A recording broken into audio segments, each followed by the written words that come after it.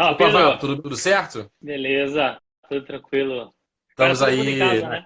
né? Exatamente. O modelo é isso aí, né? Quarentena, todo mundo em casa. É o jeito e cada um vai tocando suas atividades. Enfim, levando como dá, né? Como tem, do jeito que dá. É isso E aí, você aí, como é estamos que tá? Família toda em quarentena? todo mundo em quarentena. Queria aproveitar e já te agradecer o convite da gente fazer essa live. Eu que sou seu fã já há muitos anos, poder trocar essa Nada, ideia com você agora, aqui ao vivo, e poder trazer um pouco aí de conhecimento e de experiência para a galera. Estou em casa, estou aqui em São Paulo agora, estou expatriado, né? Virei paulista, agora paulista de raiz, né? Com bastante S, e a Ah, galera, a família toda está no Rio, protegida sim. nesse momento complicado que a gente vive, né?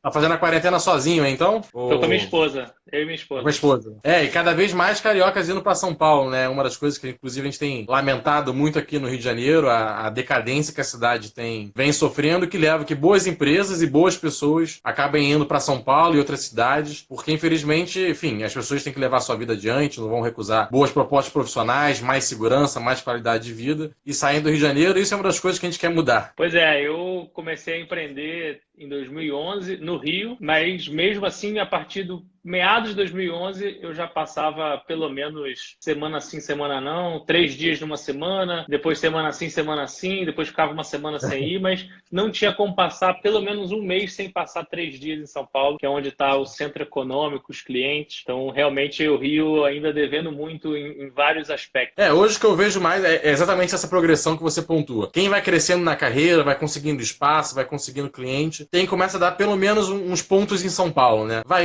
semana sim, semana não, e aí vai ganhando espaço, vai crescendo mais na empresa, mais no seu escritório, e aí precisa ir cada vez mais a São Paulo até a hora que percebe que tá mais em São Paulo do que no Rio, e aí faz a triste mudança definitiva. É o caso de vários amigos meus, né? Eu sou um pouco mais jovem, então eu tô numa fase que os meus amigos estão começando a crescer dentro das suas empresas e tá começando a ter aquela conversa de, olha, você tá indo muito bem, você tá crescendo, vamos gerir aqui uma equipe para você, mas vai ter que passar um tempo em São Paulo. E cada Pois vez é, mais a gente vê isso. Pois é, o que eu acredito muito é na capilarização dos negócios da economia. Eu acredito que é super importante a gente investir no interior do Brasil, porque o Com fato da certeza. gente conseguir ter o interior forte faz com que a gente consiga descentralizar a pressão urbana para serviços públicos e principalmente gerar oportunidade para a quantidade de talento que tem. Eu visitei Recife, visitei Fortaleza, um polo de tecnologia. Em Manaus tem um polo de tecnologia incrível. Sul do Brasil, Sim. Centro-Oeste. Então, realmente, a gente precisa de mais política pública e, principalmente, de liderança. Não sei você, mas eu acredito que antes da crise econômica, da crise de saúde que a gente vive, da crise psicológica, inclusive, que é uma coisa que a gente vai falar aqui Total. na live hoje, sobre como é que a gente lida com esse aspecto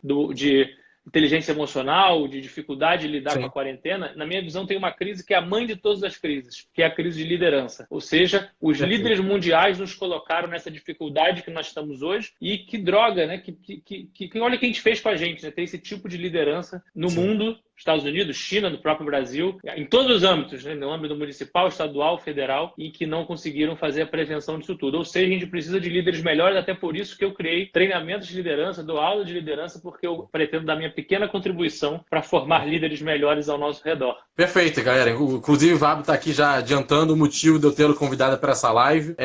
Ele fala muito sobre isso, entende muito sobre essas qualidades, essas habilidades, sobretudo a de liderança, mas são outras que vêm juntos, né? A força do hábito, resiliência, autocontrole, são várias habilidades que sempre são importantes, mas agora em época de pandemia mais ainda. E como ele pontuou muito bem, se tivéssemos tido isso antes, talvez não estivéssemos na situação que estamos hoje. Teve um paper que circulou depois da pandemia do SARS, de um infectologista, em que ele analisa exatamente o mercado de animais silvestres em Wuhan. Porque o SARS veio desse mesmo mercado silvestre, ele faz aquela análise, ele faz o diagnóstico e a solução do problema, que são medidas de vigilância sanitária mais duras. Isso, salvo engano, em 2011. De lá para cá, não houve liderança mundial. Ou da China, para fazer, porque caberia a ela, ou dos outros líderes mundiais de outros países para virar e falar: China, se você não tomar medidas de vigilância sanitária mínimas, porque tem pandemias saindo do seu país, nós vamos, enfim, vamos boicotar, vamos fazer alguma questão econômica, vamos comercializar menos. Enfim, é isso que você pontuou. Não houve liderança e é um pouco sobre isso que a gente vai conversar hoje.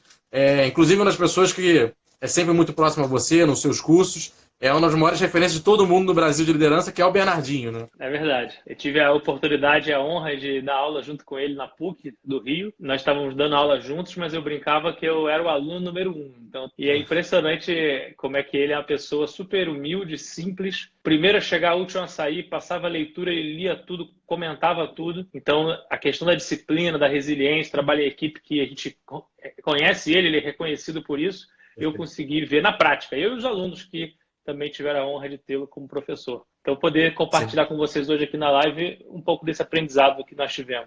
É isso aí. Inclusive, o Bernardino, ele é o embaixador do Partido Novo, né, ao qual eu sou filiado, acho que você sabe muito bem, você também é entusiasta do partido. Então, ele é uma figura que está constantemente dentro dos eventos partidários, dando discursos sobre isso, sobre motivação, propósito acima de tudo. Hoje a gente vê cada vez mais empresas tendo propósito e são elas que se destacam e crescem dentro do mercado. Inclusive, queria que você contasse um pouco dessa trajetória, porque para quem está acompanhando, sobretudo, seus seguidores já te conhecem um pouco mais, mas tem os meus que estão participando também. Eu lembrei da sua trajetória porque a gente falou de empresa com propósito e eu te conheço muito, sei que muita gente conhece pelo seu trabalho na Stone, que é uma empresa que tem isso muito forte. Então, pudesse apresentar um pouco aí? Claro, vai ser um prazer. Eu brinco que eu sou um produto do ecossistema empreendedor da PUC. Então, eu fui aluno de engenharia de produção lá da PUC, depois participei da empresa Júnior, depois tive a empresa incubada, depois voltei para dar aula de empreendedorismo lá e meus pais são empreendedores. Então, esse tema empreendedorismo sempre esteve presente na minha vida. E aí a gente montou a empresa, então foi o momento que eu vivi o mundo da startup. Essa empresa foi comprada pela B2W, então eu passei para o mundo da empresa grande. E os investidores da nossa startup foram os fundadores da Stone. Então, quando o meu contrato acabou na B2W, eles me convidaram para voltar para o grupo. Então, eu saí da startup, fui para a empresa grande e depois vivi o mundo louco do scale-up, unicórnio, IPO em Nova York, aquela confusão toda, crescimento exponencial. E, em paralelo, sempre dei aula na PUC, foi inclusive onde a gente se conheceu. Sim. Lá, na época, você estava presidente do DCE, indo contra tudo, contra todos, foi eleito, reeleito, então parabéns, e foi aí que eu te conheci e me identifiquei bastante com a sua causa, e eu sempre tive esse pé na educação e no empreendedorismo. Recentemente me mudei para São Paulo, saí da Stone e voltei a empreender, criei a empresa de educação e faço esse trabalho aqui pelo Instagram, a imersão de liderança com o Bernardinho e com o Basália. Então é isso que eu tenho me dedicado hoje, para os temas de empreendedorismo, liderança e principalmente soft skills, que são essas habilidades comportamentais e socioemocionais que nós deveríamos aprender na escola, mas infelizmente hoje a escola e as faculdades não estão conseguindo nos ensinar. Não, perfeito. Inclusive nos reencontramos, né? Hoje em dia você dá aula também, esses cursos acabam sendo no INSPER em São Paulo, e quem me acompanha sabe que eu curso gestão pública lá, então já teve vez da gente combinar e tomar o café, e também já teve vez de eu sair no meio da aula e estar o Vabo ali sentado no computador trabalhando, felizes coincidências da vida. Vabo, você já falou muito bem aí, né? O termo que são as soft skills. Acabou que a gente divulgou a live com o termo habilidades, né? Mas a gente optou por isso porque muita gente não conhece quais são as soft skills, não conhece o termo, então a gente preferiu usar habilidades. Mas eu gostaria que você explicasse um pouco qual é hoje o que o conceito de soft skills resume, né? Quais são as principais, quando você fala nesse termo, o que no geral você está, na verdade, querendo dizer. Perfeito. O primeiro trabalho que a gente faz é de tentar sensibilizar as pessoas para a importância delas. Ou seja, soft skills, eu nem gosto muito da expressão soft skills, porque a tradução no pé da letra seria habilidades moles. Então fica um negócio assim meio nonsense. Mas também já tem pessoas utilizando o termo people skills, então seriam habilidades de gente, habilidades relacionadas a pessoas. A tradução que eu acredito que é melhor seriam as habilidades comportamentais e socioemocionais. Ou seja, é uma contraposição às hard skills, que são as habilidades técnicas. Então você pensa o seguinte, você usar o Excel, saber contabilidade, saber matemática, essas são habilidades técnicas. Quando a gente pensa com habilidades comportamentais e socioemocionais, teria falar em público, que é oratória, sua habilidade de saber ouvir, empatia, autoconhecimento, gestão do tempo, criatividade, pensamento crítico. Então tem esse conjunto de habilidades que, na minha visão, deveria ser ensinado na escola. Tem uma pesquisa recente que mostrou, pesquisa da Michael Page, que é onde o Basália, que é meu sócio nessa imersão que a gente faz, ele é CEO da Michael Page, que é a maior empresa de headhunting do mundo. Só para você ter uma noção, o time dele faz 100 mil entrevistas por ano. Então, você imagina a quantidade de pessoas que passa pela empresa, dados, perfis, informações sobre o ser humano. E a pesquisa diz o seguinte, que 91% das pessoas são contratadas pelas habilidades técnicas, mas quando saem da empresa são demitidas pelas suas habilidades comportamentais. Ou seja, a pessoa é contratada pelo currículo, pelo curso que fez, por uma habilidade técnica que desenvolveu, mas é demitida porque não sabe trabalhar em equipe, porque não tem inteligência emocional, porque não consegue se organizar. Então, se é tão importante quanto, eu, no mínimo deveria ter a mesma carga horária, ou seja, 50% de Sim. cálculo, física, química, matemática e 50% de autoconhecimento, trabalho em equipe, gestão do tempo, oratório. Então, na minha visão, essa é a minha luta. Minha luta é conseguir sensibilizar as pessoas para a importância, só que como são temas subjetivos, eu procuro trazer uma discussão prática, com ferramentas. O que você pode trazer de ferramenta para segunda-feira de manhã você melhorar sua fala em público? Para segunda-feira de manhã você colaborar melhor em equipe? Para você ter um melhor autocontrole em momentos como esse de quarentena? Então a ideia é essa, ou seja, é falar de temas mais abstratos, mas com ferramentas práticas. Não, bacana é isso, porque a gente sai do abstrato, traz para o concreto.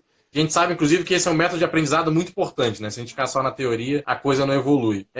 Isso não surpreende quando você fala, porque quase todo mundo que já passou por um ambiente de trabalho sabe muito bem que, no geral, as pessoas que são demitidas, que saem da equipe, é muito difícil você ver alguém saindo porque não conseguiu entregar, assim. Pô, esse cara não tem as qualidades para fazer o trabalho pro qual ele está ali. No geral, a pessoa tem.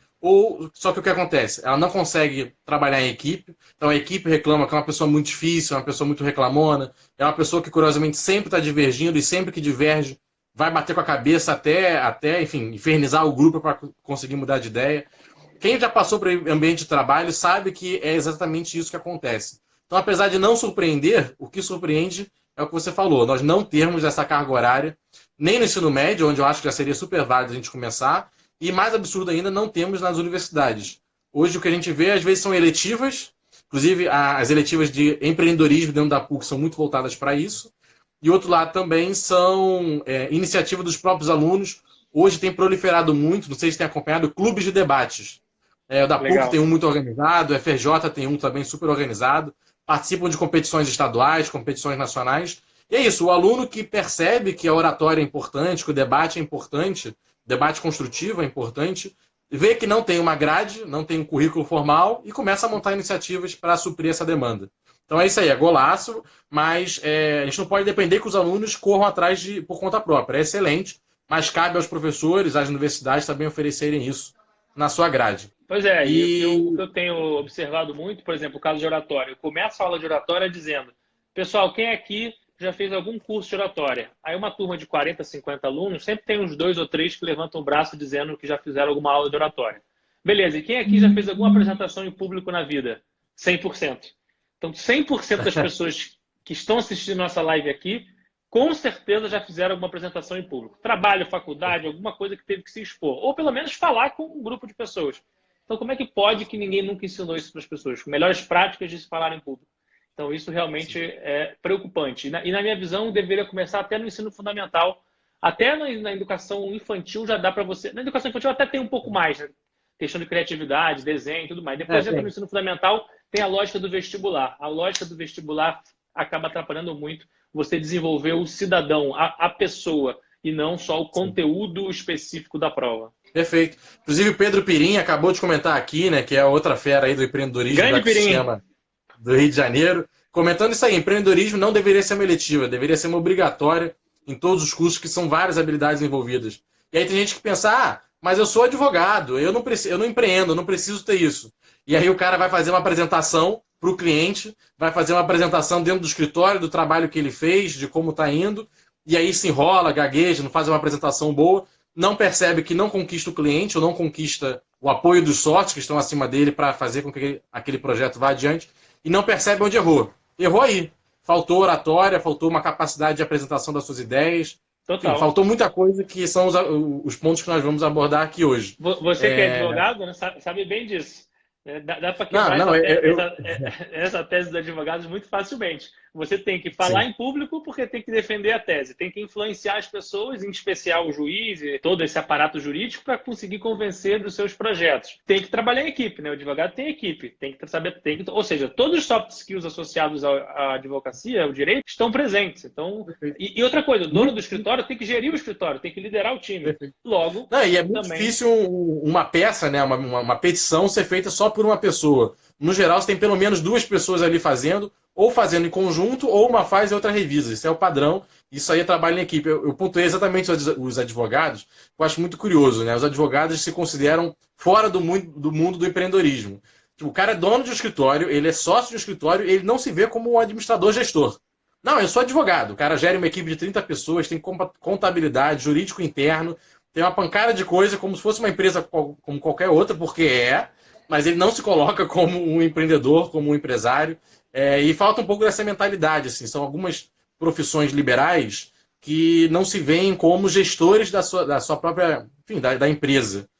Isso é parte da mentalidade que a gente tem que mudar. E é positivo que boa parte das pessoas que me acompanham aqui me conhecem do Direito PUC, são do Direito PUC, e tem que começar a botar isso na cabeça, porque a carreira de quem advoga muitas vezes é uma carreira de um empreendedor. Sem dúvida. Aliás, não só advogado, né? Engenheiro, tem muita coisa. Engenheiro, dentista, personal trainer, fisioterapeuta, nutricionista, motorista de Uber também. A empresa dele é o Uber. O cara tem que saber gerir. Às vezes ele cresce um pouquinho, ele começa a ter 3, 4, 5 carros.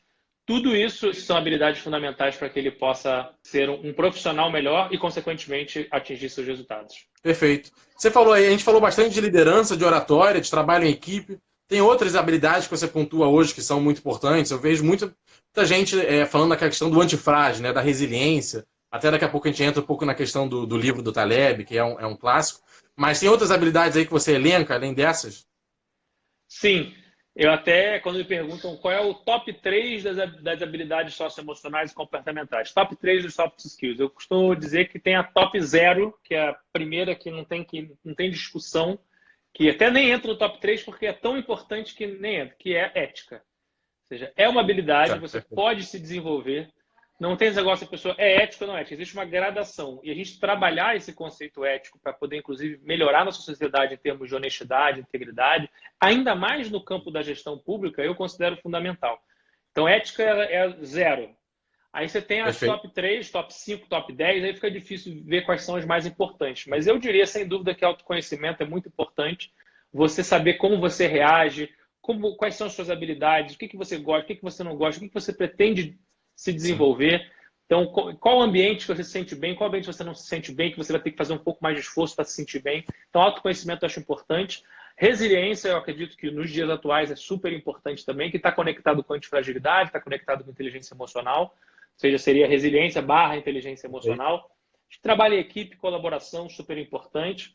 E comunicação em geral. Comunicação envolve 2 aspectos básicos, né? Falar e ouvir.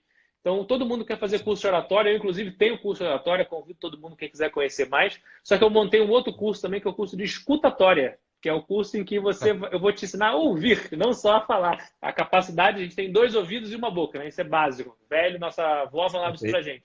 Nossa capacidade de ouvir o outro é o primeiro passo, inclusive, na minha visão da liderança. Você se conectar, para você negociar, você tem que ouvir o outro, para você influenciar, você tem que ouvir o outro. E a gente está em um mundo que todo mundo quer falar e ninguém quer ouvir. Então fica essa sugestão aí para vocês. Catarina, inclusive, ela tá rindo aí do escutatório, inclusive, ela adorou. Exatamente, escutatória. É uma brincadeira, tem um texto do Rubem Alves, ele criou esse termo e eu me apropriei, porque a gente tem que se apropriar das ideias boas. Não, perfeito, perfeito. E hoje até postei alguns livros, né? Boa parte deles fazem parte aí como vou dizer, da formação que você gosta de passar, né? Desses temas. Um deles é o próprio antifrágil, né? Oi? Crepúsculo, né? Total alinhado com a pauta. Esse aí é super pertinente. Pertinente aí no hobby, né? Nas horas vagas. Mas também tem o Poder do Hábito, né? Que é outro clássico que eu vejo vendendo muito. Esse ainda não tive a oportunidade de ler, mas vejo muita gente recomendando. E hoje eu acho que essa discussão do hábito envolve muito a pandemia que nós estamos vivendo, né? Porque muitas pessoas estão dentro de casa, nunca se colocaram numa posição de home office, de precisarem montar seus próprios hábitos. Elas estão acostumadas a uma rotina imposta. Uma rotina que o chefe diz, você entra às 9, você sai às 8, você tem um horário de almoço que é esse de meio-dia a 1. Estão acostumadas com uma rotina que lhes é imposta e aí tudo ficou encaixadinho. E agora elas precisam montar os seus próprios hábitos, sua própria rotina, sem deixar de fazer a entrega. E aí eu queria ouvir um pouco de você sobre isso, como a gente pode montar esse hábito, enfim, dicas, mecanismos que a gente tem, instrumentos, para, nesse momento difícil que todo mundo está passando em casa, de poder manter a produtividade. Perfeito. Eu considero esse um grande bloco de soft skills, que produtividade associada à gestão do tempo, foco, concentração, organização e disciplina. Então, a gestão do tempo e disciplina estão totalmente conectados com produtividade. Se eu pudesse Perfeito. definir produtividade, está parecido com a eficiência, que é aquela sua capacidade de conseguir fazer mais com menos, ou seja, você entrega mais rápido e melhor com menos recurso, menos tempo, menos dinheiro que você gastou. Então, se a gente tiver essa capacidade de nos organizar, vai ser melhor para atingir os objetivos mais rapidamente. Então, as dicas muito práticas para home office é que você possa efetivamente, por exemplo, você acordou de manhã, você tentar manter a sua rotina como se você fosse sair de casa. Então, você Sim. coloca uma outra roupa, você não vai trabalhar de pijama, também não precisa ser a roupa que você iria sair, mas uma roupa confortável, mas não fica de pijama, ou seja, você vai trabalhar, então você vai, senta, escolhe um local para você ficar, todo dia você fica naquele mesmo local. Aqui em casa, por exemplo, a minha esposa está na sala e eu fiquei no quarto. Então a gente está dividindo dessa forma. Dividir as tarefas domésticas também é super importante.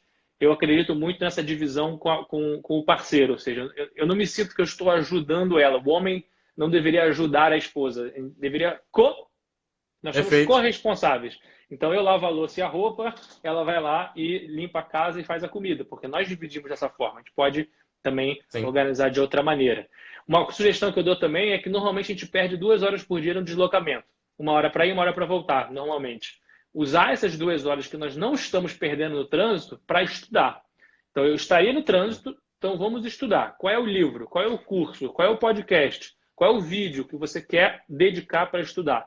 Então, escolhe um e vai. E de manhã, de repente, você pega essa 1 hora e estuda, lê um livro. De noite, você vai lá e escuta um podcast. Ou vice-versa. Cada um se organiza. Sobre dicas de gestão do tempo mesmo, que eu posso principalmente recomendar, é uma dica muito simples. É ter uma agenda. Tem 4 mecanismos. E todas as dicas que normalmente eu dou nas minhas aulas e faço aqui nas lives, não são dicas genéricas. São dicas de coisas que eu faço na minha vida e que funciona. Então, quatro formas de você se organizar. Primeiro, você vai ter sua agenda. Eu fiz uma enquete outro dia, mais de 40% das pessoas responderam que não tinha agenda. Fiquei um pouco assustado. Então, agenda, compromissos, agenda virtual. Manda um invite, coloca ali quais são os seus compromissos do dia. Segundo, to-do list. O que você pretende fazer hoje? E não planeje tarefas, planeje o tempo. Eu tenho esse tempo aqui, eu vou alocar tarefas aqui, não ao contrário. Eu tenho essa quantidade de tarefas e preciso fazer isso tudo. Não, pelo tempo que você tem, você aloca a tarefa.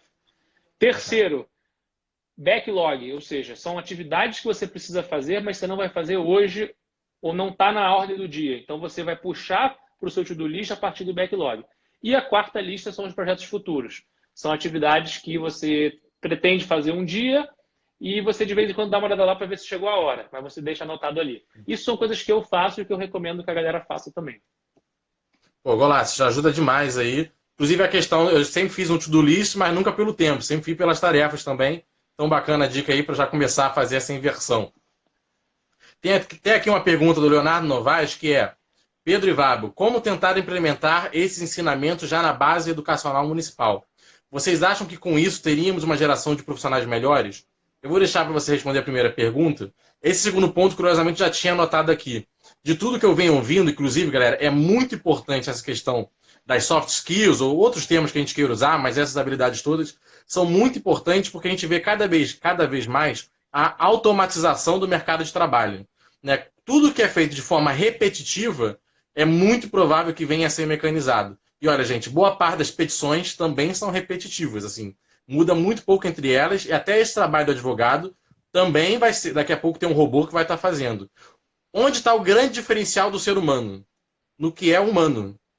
A capacidade de se relacionar com as pessoas, de convencimento, de expor ideias, de convencer, de fazer um trabalho em equipe, de organização, de liderança, isso é muito humano. E quanto mais humano é, mais difícil vai ser um robô tirar essa vaga de você. Então, Novaes, respondendo já a sua segunda pergunta, na minha opinião, faz total diferença nós temos uma próxima geração e, dentro do possível, adequar a nossa, que já está aí entrando no mercado de trabalho, para que sejam melhores nessas habilidades. Porque senão, daqui a pouco, a gente vai ter uma geração que vai ter seus empregos varridos por robôs por causa da automatização. Vabo? Perfeito. Inclusive, uma das soft skills que eu considero fundamentais hoje em dia e subiu de importância chama-se adaptabilidade. Por quê?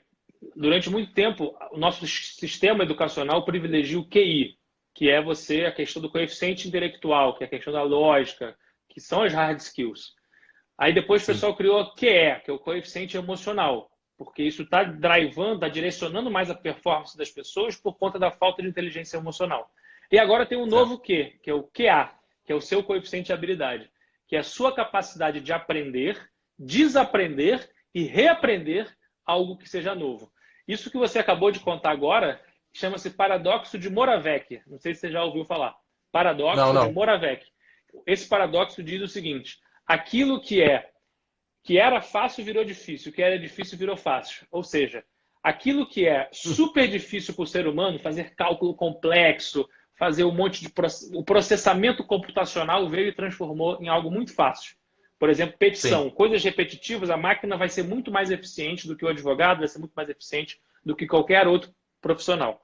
Mas, por outro lado, aquilo que supostamente a gente achava que era fácil, passou a ser difícil, que são exatamente as habilidades humanas. Ou seja, tem uma frase da Marta que ela diz o seguinte, que se você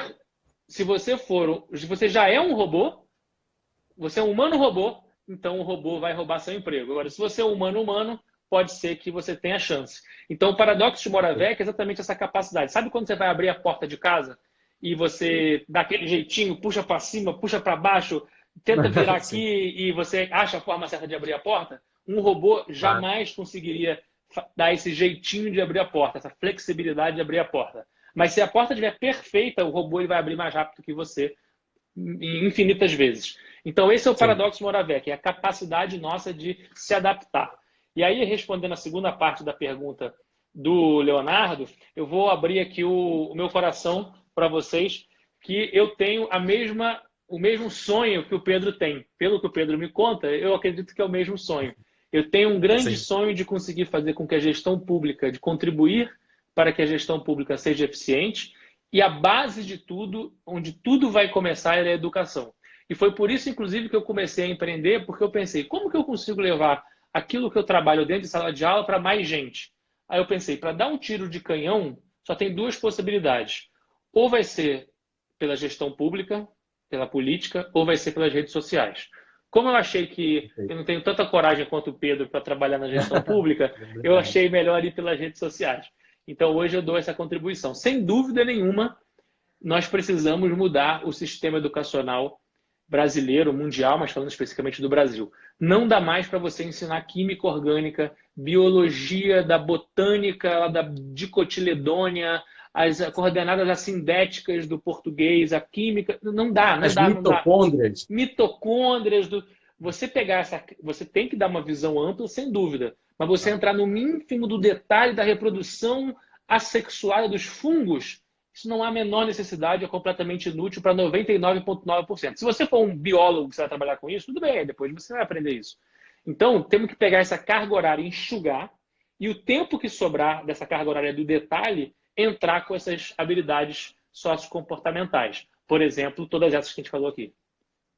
Perfeito. Então, esse tema da gestão pública me interessa demais e tudo que envolve gestão pública a algum nível. Então, como a gente consegue implementar uma boa educação dentro da gestão pública? Questões de saúde, questões de trabalho, empregabilidade, tudo isso é de interesse da gestão pública e, como o Vabo disse muito bem, existem pouquíssimas formas de você escalar as coisas, de você ter grande impacto. Uma delas, certamente, é gestão pública. Você pode abrir um excelente colégio, focar em ter mensalidade baixa, em dar boa educação, em dar bolsa. Você vai atingir aí 1.000, 2.000, 3.000, 4.000 pessoas. Vai lá, 20.000 pessoas. Mas, cara, a rede estadual de educação do Rio de Janeiro tem milhões de alunos. Milhões de alunos. Então, se você acerta, você faz uma política pública bem feita na Secretaria Estadual Municipal de Educação, você muda a vida de centenas de milhares de pessoas. E essa escala, queira a gente ou não, está dentro da gestão pública. Então, ou a gente faz debates como esses e leva esse debate para dentro da gestão pública, ou vai ficar numa bolha e nunca vai resolver a vida, sobretudo de quem mais precisa, porque é quem não está podendo acompanhar essa live e quem não tem sequer acesso a esse tipo de conteúdo. Total, o sonho é exatamente ajudar as milhões de pessoas, porque se você pega a criança e o adolescente, o jovem que está na gestão pública, tendo esse serviço público, a família dele é impactada positivamente, porque ele vai sair melhor preparado. Então, a economia é melhor. Então, você tem um ciclo virtuoso gigante. E acho que jovens como você, que tem a predisposição de dedicar a vida para essa causa, e pelos motivos certos, né, com os valores certos, eu só tiro meu chapéu e apoio, e conte comigo para te ajudar nessa missão. Não, obrigado, Pablo. Você é fera. Pô, agradeço mesmo. E aproveitando esse tema da primeira infância, eu estou 100% convencido, tudo que eu leio me leva a isso, todos os especialistas que eu converso me levam a isso. A primeira infância é a que faz mais diferença na vida, na formação educacional e emocional de uma pessoa. A gente gasta muito hoje, o Brasil gasta muito com universidades, metade de todo o nosso orçamento de educação vai para o ensino superior. E acaba que a gente tem um impacto muito reduzido, porque, queiramos nós ou não, são poucas pessoas, proporcionalmente, que estão dentro das universidades. Onde o grosso da nossa educação está, das pessoas estão, a geração que está agora, a geração que está por vir, é na educação básica. E lá é onde a criança vai desenvolver essa inteligência emocional, a capacidade de ser criativa, aprender a aprender, que a gente sabe também que é isso que você falou, né? Você aprender uma questão, desaprender, reaprender. Isso envolve muito a capacidade de ser capaz de aprender, de ter interesse em aprender. Se a gente não desperta isso na criança, lá na primeira infância, ela vai ter uma dificuldade enorme no ensino médio, na universidade, de aprender qualquer coisa que seja. Ela vai ter uma dificuldade enorme em matemática, em português, história, biologia, porque o problema está lá na raiz. Ela não aprendeu como se aprende. Ela não aprendeu a ser criativa, ela não aprendeu a se adaptar. E essas habilidades emocionais a gente tem que levar para a nossa primeira infância. Eu queria ouvir um pouco da sua opinião com relação a isso. Se você conhece algumas políticas públicas, algumas iniciativas voltadas lá para o início mesmo, para a criança ali de 4 a 7 anos. Tem que inverter a pirâmide. Se gasta 50% lá em cima e vai caindo, ensino médio, fundamental, a primeira infância, tem que inverter. Tem que gastar metade do orçamento público com a primeira infância. Diria que de 1 a 7 anos... Inclusive, perfeito. Eu não sou psicólogo, mas eu sei que os psicólogos mais voltados a Jung, Freud, eles defendem que, de acordo com esses teóricos, de que o caráter da pessoa e a personalidade da pessoa é formada até os 7 anos de idade. Inclusive, a alimentação da pessoa é fundamental até os primeiros... Então, de 1 a 4, depois de 4 a 7, são 2 ciclos importantes que deveria ser investido muito para que essa criança possa depois se transformar num cidadão. Só que o problema é que existem algumas pautas que não dá voto, né? Investir na primeira infância não dá voto, saneamento básico não dá voto, prevenção de pandemia não dá voto.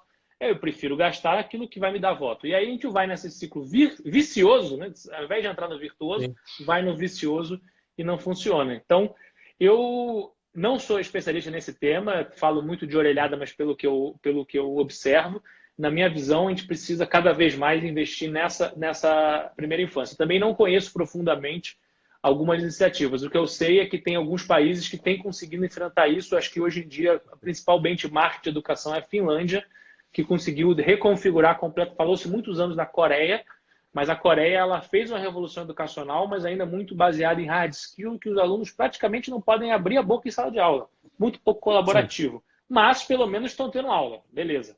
Coreia é um bom lugar para ver como é que adapta a revolução que ela fez. Finlândia. E no Brasil, acho que as iniciativas, o pessoal fala muito de Sobral, eu não conheço, não estudei.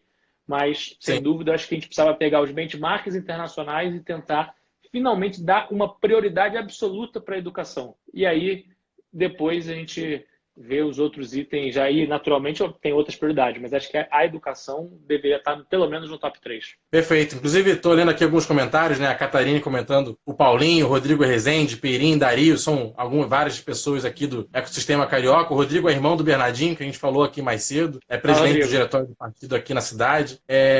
O Bruno comentou que falou que você podia dar umas aulas no PAGP do INSPE. O PAGP, inclusive, é o curso que eu faço, né? É o Programa Avançado em Gestão Pública. E eu tenho certeza que você seria muito bem-vindo lá, Vavo. Teria muito a acrescentar. O Bruno é seu colega, então. O Bruno é meu aluno de oratória, é seu colega do curso. Talvez vocês estejam em turma diferente.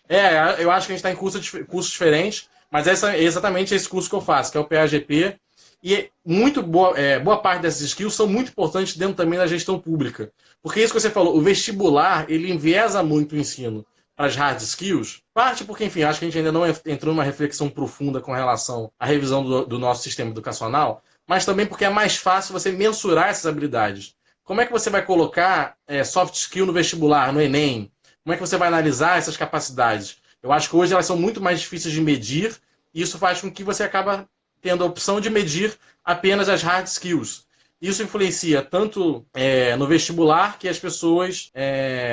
enfim, isso não consegue ser metrificado para que a gente possa avaliar e levar esse projeto adiante. Isso gera, inclusive, dá para metrificar, é mais difícil, concordo, e gera isso principalmente o maior desafio, que são os professores darem aula. Tem professor que dá aula de matemática, física, química, tem muito. Agora, tem professor Sim. que dá aula de empatia, tem professor que dá aula de gestão do tempo, tem professor que dá aula de criatividade. Sim. Proporcionalmente com matemática, física e química, muito menos. Então, inclusive, quando a gente está na empresa, a gente vai tomar uma decisão na empresa, eu vou tomar a decisão no seguinte, vou investir ou não para abrir uma nova fábrica? Eu não levo em consideração apenas o lado da logística, eu tenho que considerar logística, tenho que considerar finanças, tenho que considerar liderança, time, tenho que considerar todos os aspectos. Só que na hora que eu vou ter aula, só de estratégia, só de finanças, só de matemática, só de química. Então, a aula que eu faço hoje, por exemplo, tem alguns alunos meus aqui na live, sabe, por exemplo, eu vou dar uma aula de orçamento, mas junto com o orçamento eu dou uma aula de negociação. Porque você vai ter que negociar o orçamento. Que, inclusive, é o que você vive hoje lá na LERJ. Você tem que negociar o orçamento. Eu ia comentar exatamente isso. Na minha aula do PAGP, de gestão pública, nós tivemos uma matéria de orçamento e eu achei a dinâmica da última aula excelente, porque depois de tudo que a gente aprendeu, a professora ela chamou um ex-secretário de Fazenda do município de São Paulo e ela simulou que os alunos fossem secretários. Então eu, por exemplo, eu era secretário de Educação. E aí o secretário de Fazenda virou e falou, ó, todos os secretários tiveram corte de 15% na sua verba. Convençam-me por que eu não deveria cortar o de vocês ou por que eu deveria dar mais orçamento. E aí todo mundo tinha que preparar os argumentos de por que a minha secretaria tem que continuar tendo o orçamento que tem ou por que deve aumentar. E isso de forma comparativa, porque o budget da empresa ou da gestão pública, ele é um só. Então eu tenho que falar que o meu projeto é bom o suficiente para tirar dinheiro de outro projeto. Porque mais dinheiro na minha pasta é menos dinheiro na pasta de alguém. E a mesma coisa vale para uma empresa. Mais dinheiro do meu projeto é porque eu tenho que convencer não só que ele é bom, mas que ele é melhor que as outras alternativas de projeto dentro da empresa. E eu ia complementar, isso que a gente falou do vestibular, de que ele seleciona só as hard skills, isso acontece muito também nos concursos públicos. São poucos concursos públicos que avaliam, isso até tem melhorado um pouco, sobretudo nos cargos mais altos da gestão pública, mas no geral ele é muito pautado em hard skill também, em você fazer uma análise do conhecimento técnico da pessoa e não das habilidades emocionais. Então a gente acaba tendo um funcionalismo público que tem muito pouca liderança, tem muita pouca capacidade de trabalhar em equipe. Enfim, todas essas habilidades que a gente listou aqui, elas não são avaliadas nos concursos públicos. Então a gente não consegue inserir esses bons profissionais por esse lado, a gente acaba conseguindo bons profissionais técnicos, mas bons profissionais desse lado emocional, dessas habilidades, a gente não consegue trazer para dentro porque não temos avaliação com relação a isso dentro dos concursos públicos. Ou seja, o processo seletivo é o início de tudo. Na faculdade, no serviço público e nas empresas, as entrevistas também muito baseadas em habilidades técnicas, você está trazendo para dentro só 50% do que você precisa. A outra metade você não está avaliando.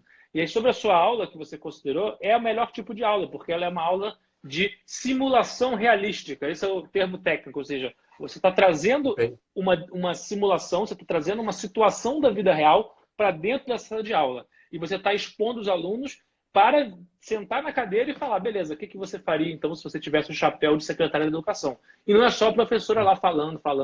Não, agora os alunos vão simular. E um segundo detalhe, repara no exemplo que você trouxe. A professora é uma professora de orçamento.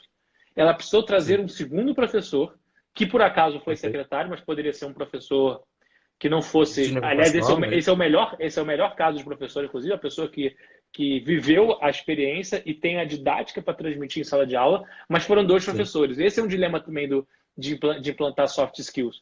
Porque se a pessoa sabe orçamento, a pessoa não sabe negociação.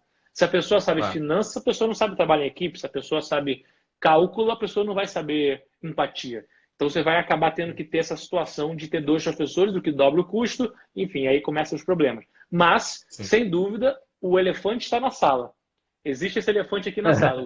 O processo seletivo das empresas, do serviço público e das faculdades não são mais condizentes com a realidade que nós estamos vivendo. Esse elefante está na sala, cabe a gente falar sobre ele. Perfeito. É exatamente esse tema que a gente está levantando aqui, porque o elefante está na sala, tem que ser debatido, tem que ser resolvido o quanto antes.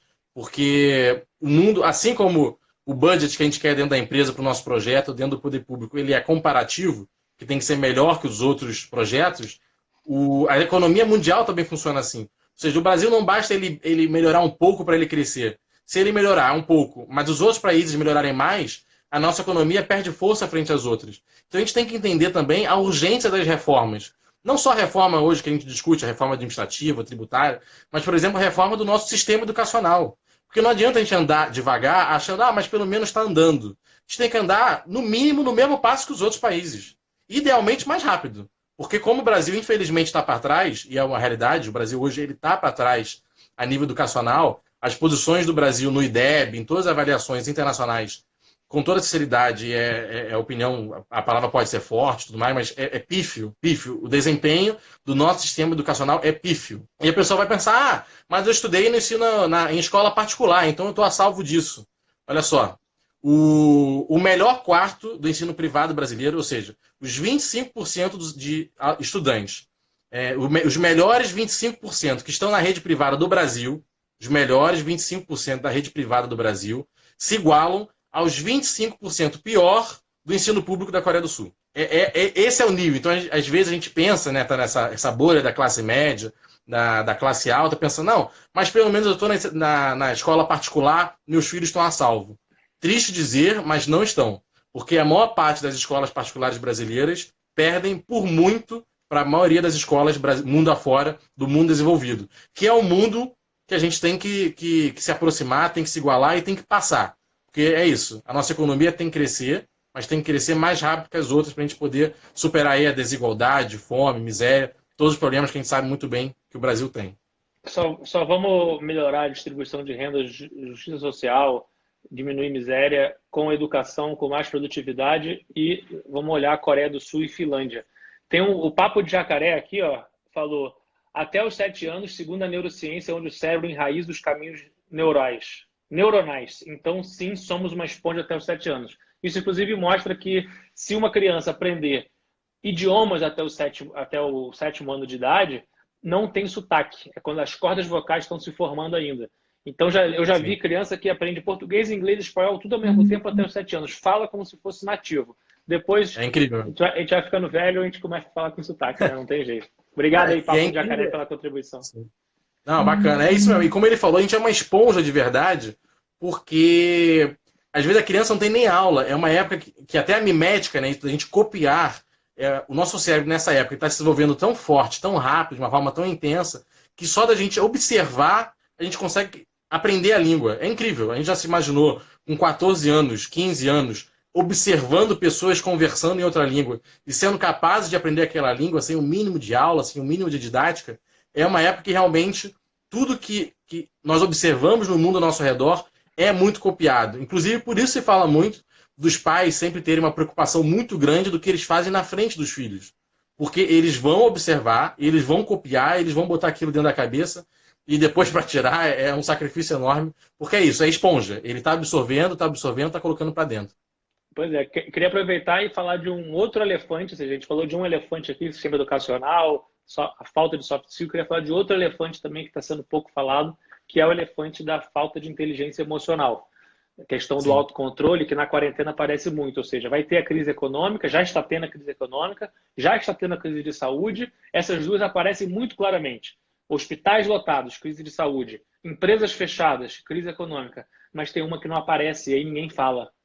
Mas tem um elefante gigantesco aqui e ninguém está falando. A crise psicológica, que é exatamente como é que as pessoas se sentem em casa, como é que as pessoas vão se relacionar. Vai aumentar o número de divórcio, vai aumentar o número de briga, vai aumentar o número de violência familiar, vai aumentar o número de depressão.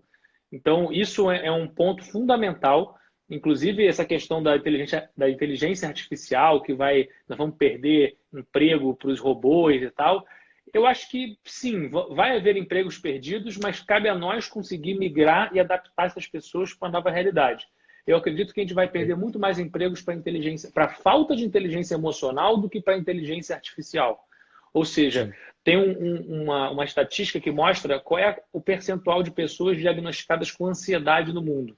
E no mundo a média é 3%. Em cada país, a média é 3%. E qual é o país que tem a maior quantidade de pessoas ansiosas no mundo? Qual que você acha que é? Estados Unidos? Não é os Estados Unidos. Não é a China. Não é o Japão. Não é. Japão, Também não é. Também não é o Japão. Não é o Japão? Eu estaria Não é o Japão. O país que tem a maior quantidade é o Brasil. 9,3% da população brasileira é o triplo da média mundial. Ou seja, a galera efetivamente... E o custo disso também é um custo oculto. O custo da improdutividade, o custo da infelicidade, o custo da depressão, o custo do burnout, crescimento exponencial, empresa maravilhosa. Vamos pegar todos os unicórnios, eu escrevi até um texto sobre isso. Os unicórnios são uma fábrica de burnout. Pega cada um desses unicórnios e me diz quantos estão aqui pessoas que foram afastadas por causa de burnout. Alta carga de trabalho, o que é ótimo, pô. Sou super a favor. Não estou dizendo que não tem que crescer, que evoluir, prestar serviço melhor. Tudo bem. Mas qual é o limite que a pessoa tem? Então, Perfeito. aproveitar esse momento da quarentena aqui para passar umas dicas, faltam 10 minutos da live, mas passar umas dicas para vocês de inteligência emocional. E para mim, a ferramenta, óbvio, a gente pode se alimentar melhor. Amanhã eu vou fazer, inclusive, uma live sobre atividade física. O meu personal, chamei ele, vou fazer uma live com ele. Como é que a gente consegue ajudar as pessoas a fazer atividade física em casa? Tudo isso ajuda, porque gera endorfina e tudo mais. Mas a principal ferramenta que eu uso, lembra que eu falei para vocês que tudo que eu recomendo é porque eu uso. A principal ferramenta que eu recomendo para vocês é a meditação. Colocar no dia a dia de vocês uma forma de meditar. Existe um tabu associado à meditação. O pessoal acha que tem a ver com religião, o pessoal acha que é um negócio meio de espiritualidade. Tudo bem, se alguém tem muita questão de religião associada à meditação. Se você quiser fazer associado, não tem problema nenhum. Mas eu pratico mindfulness, que é uma meditação que está associada à neurociência. Então não tem absolutamente nada a ver com religião, tem apenas a ver com o fato de que existem diversos estudos comprovados que mostram que os benefícios da meditação do mindfulness para todos nós. Então eu queria fazer esse alerta aí. O que você acha sobre isso? Não, acho essencial, inclusive, eu até pontuar um tema, acho que complementar. Eu já li algumas matérias que talvez corroborem essa visão da quantidade de pessoas ansiosas no Brasil e como isso afeta a produtividade. Eu li que boa parte também das pessoas são improdutivas e se estressam e tem um desgaste muito grande que atrapalha o trabalho delas por causa da endividamento financeiro também. Então as pessoas têm problemas em casa, problemas financeiros em casa, dívidas a pagar, boletos, não tem capital de giro, não tem a mínima condição, enfim, de criar um capital que lhe dê conforto, fica com isso na cabeça, fica preocupado como vai pagar o colégio do filho, como é que vai pagar o que está parcelado, a geladeira, o eletrodoméstico, e aquilo atrapalha ele no trabalho. Isso influencia diretamente. E outra matéria que a gente deveria ter, e eu defendo muito, seja isso no ensino médio, já na universidade, ou aulas, cursos, o que seja, educação financeira. Porque, de fato, a pessoa que não tem dívidas, a pessoa que está com isso, a mente limpa com relação a isso, produz e vive muito melhor. Então eu pensei, veio na cabeça, queria só complementar isso com o seu ponto. E de resto, concordo 100% aí, a gente vê hoje uma sociedade que jorra informações, né? Então o trabalho hoje não começa só às 9 da manhã, 10 da manhã, 8 da manhã, seja lá o horário que você entre, o horário que você sai, você fecha. A gente tem esse mundo em que empresas, sócios, funcionários, colaboradores conversam por WhatsApp, recebem orientações por WhatsApp, por Telegram, por Skype, por e-mail. Então a gente está constantemente em algum nível sendo pressionado. A gente não consegue receber um e-mail do escritório, do trabalho, 9h30 da noite, e pensar, não, está fora do meu horário de trabalho. A gente vai no mínimo olhar, claro, vai fazer uma análise de urgência, mas se for urgente... exatamente. Ainda que seja, não é tão urgente para eu fazer agora, mas eu posso fazer amanhã, você vai dormir com aquilo na cabeça. Então hoje, de fato, a gente tem uma carga horária que é pesada, que exige de nós foco, produtividade, meta, mas mesmo fora da nossa carga horária de trabalho, nós temos pressões que ficam vindo na nossa cabeça e tudo isso influencia nisso que você falou, do estresse, do burnout, da gente se exaurir como pessoa, e aí o resultado disso é que a gente vai cair a zero de produtividade, porque vai apagar, vai pedir demissão, vai desistir, vai quitar de tudo. E não é interessante para ninguém. Não é interessante para a pessoa que sai e não é interessante para a empresa que perde essa pessoa. Pois é, nós temos dois pedais, acelerar e frear. e nós estamos só usando o pedal do acelerar. Acelerar, acelerar, crescer, evoluir, vamos embora, fazer tudo ao mesmo tempo, vai, vai, vai, vai, vai, vai. Só que equilíbrio na vida é você conseguir também usar o pedal do freio. Talvez esse momento do coronavírus seja até... Tem uma tese aí que eu vi do pessoal que é um pouquinho mais espiritualizado, dizendo sobre que a natureza, o universo, Deus, o acaso, que seja, está dizendo o seguinte: mundo, para aí. Vocês não estão parando? Vocês estão fazendo aquecimento global? Vocês estão fazendo sei lá o quê? Vocês estão acelerando pra cacete, poluindo tudo? Então agora vocês vão parar. Fica todo mundo em casa aí porque não vai ter o que fazer. Mas aí já é uma discussão meio filosófica. O que eu queria falar sobre os dados é o seguinte: eu peguei aqui o dado, ó. $1 trilhão por ano é o quanto o mundo perde ao deixar de tratar a depressão e a ansiedade.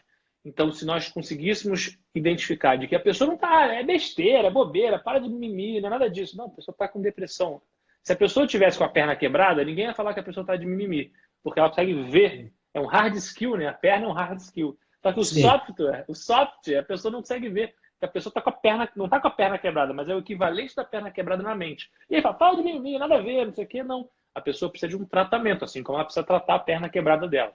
E esse ponto que você falou da educação financeira, para mim, é fundamental. Todas as enquetes que eu falo, assim, quais são as 3 coisas que você precisa melhorar? Invariavelmente, 3 coisas que você acha que seria interessante você se desenvolver. Invariavelmente, os 2 campeões de voto: educação financeira e inteligência emocional. Ou seja, perfeito, a falta de disciplina financeira leva a um desequilíbrio emocional nas pessoas. Isso é super importante, deveria ser disciplina da escola, do ensino fundamental, falar de dinheiro. Dinheiro virou um tabu. Meu Deus, dinheiro, que não sei o que. Não, dinheiro é parte do nosso dia a dia. Ganhar dinheiro de forma honesta é fundamental. E a gente precisa falar sobre isso. Não pode ter dinheiro, é coisa suja, não pode falar. Tem que falar de dinheiro, tem que falar de disciplina, tem que falar de inteligência emocional e tem que falar do sistema educacional. Vários elefantes na sala, poucas pessoas falam, não dá voto, não dá ibope, mas a gente está aqui para alertar a galera que a gente ama, que é a nossa família, nossos amigos, nossos seguidores.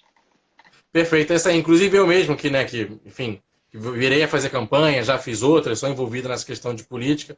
Tem muita gente que fala, Pedro, adorei a pauta que você está mexendo, mas você acha que você vai ter voto com relação a isso? Acho que é mais fácil, talvez, você falar. E aí começa, enfim, tem várias sugestões de temas tabus, né? De temas muito fáceis. Eu falo, olha, eu poderia falar sobre isso, inclusive, quando a pauta é boa, até falo, até tem algumas propostas, algumas ideias, mas eu tenho que falar desse elefante branco que está na sala. Ainda que eles sejam temas elaborados, temas que não vão viralizar, não vão fazer um vídeo e vai bombar, não alimentem essa polarização que está horrorosa no Brasil, está gigante. Ainda que sejam temas que não tenham essa pegada, eu acho que são os temas que verdadeiramente podem mudar o Brasil e que são discussões muito difíceis. Assim, a gente precisa ouvir especialista, precisa sentar numa mesa, debater, criar proposta. Ninguém vai aqui surgir com uma bala de prata de o Brasil vai melhorar se a gente fizer é muita coisa, é isso, é inteligência emocional, educação financeira, burnout, são várias discussões que vêm junto, e é isso, a gente está aqui para levantar esse assunto. Eu mega agradeço você por ter se colocado à disposição, ter cedido aí seu tempo para a gente fazer essa live, e eu queria aqui pontuar, né, essa reta final que você falou, dessas questões da pessoa burnout, está com problemas mentais, muita gente procura, né, um psicólogo, um psiquiatra, que são funções muito humanas. Requer ver o robô fazer o papel de um bom psicólogo. É muito difícil. E isso volta a um tema que a gente falou um pouco mais cedo hoje na live, que é isso, habilidades muito humanas é muito difícil ser robotizada. E uma delas é essa, de psicólogo, psicanalista, psiquiatra, que envolve essas questões, todas essas questões mentais que nós estamos falando aqui. Isso, perfeito, galera. Pelo convite. Sainara, eu que agradeço. Sigam nossas redes sociais, né? Quem segue o Vabo, estou aí à disposição, pode me seguir, é PedoArt30. Quem me segue, recomendo demais que sigam o Vabo, o cara é fera, vocês puderam ver aqui hoje. Muito obrigado você, Vabo, ter participado e a todo mundo que nos acompanhou, ouviu e interagiu aí. Valeu, grande abraço. Valeu, Vabo, grande abraço, boa noite, bom jantar aí. Falou, valeu. Valeu.